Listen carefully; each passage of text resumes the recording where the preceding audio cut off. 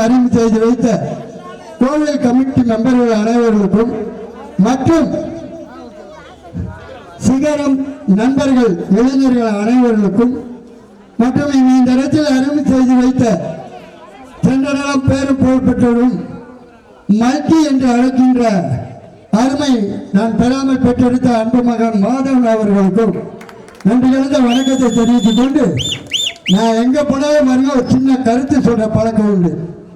அந்த கருத்து எதுக்குன்னா என் நிலைமை முக்கியமா இளைஞர்களுக்கு வரக்கூடாதுன்றதுக்காக தான். 3 மாசத்து குழந்தைகளை போல அட்டாக் ஆகி இப்ப எனக்கு வயது 70.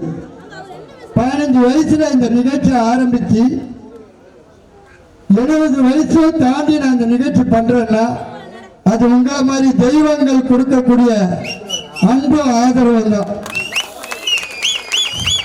2 கருத்து சொல்றேன்னு சொன்ன பார்த்தீங்களா. ஒன்னு வாலிப உள்ளங்களுக்கு, இன்னொன்னு என பெறாமல் பெற்றெடுத்த அன்பு தாய்மார்களுக்கு.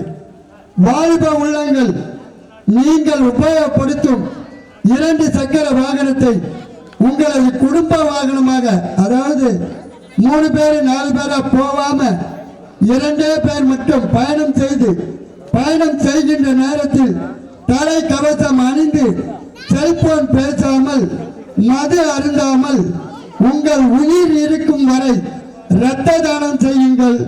உங்கள் உயிர் மறைந்த பின் கண்தானம் செய்யுங்கள் என கேட்டுக்கொண்டு தமிழ்நாடு அரசாங்கம் அறிவிக்கின்ற போலியோ சொட்டு மருந்து 2 தடவை கொடுக்க சொல்லுவாங்க. அந்த 2 தடவையும் மறக்காம உங்க பிள்ளைங்களுக்கு நீங்க கொடுத்துட்டீங்கன்னா மறைந்த அப்துல் கலாம் ஐயா அவர்கள் கண்டது போல ஊனமில்லாத பிள்ளைகளை பெற்று இந்தியாவை வல்லரசு நாடாக கேட்டுக்கொண்டு உங்களிடமிருந்து விடைபெறுகிறேன். நன்றி, வணக்கம்.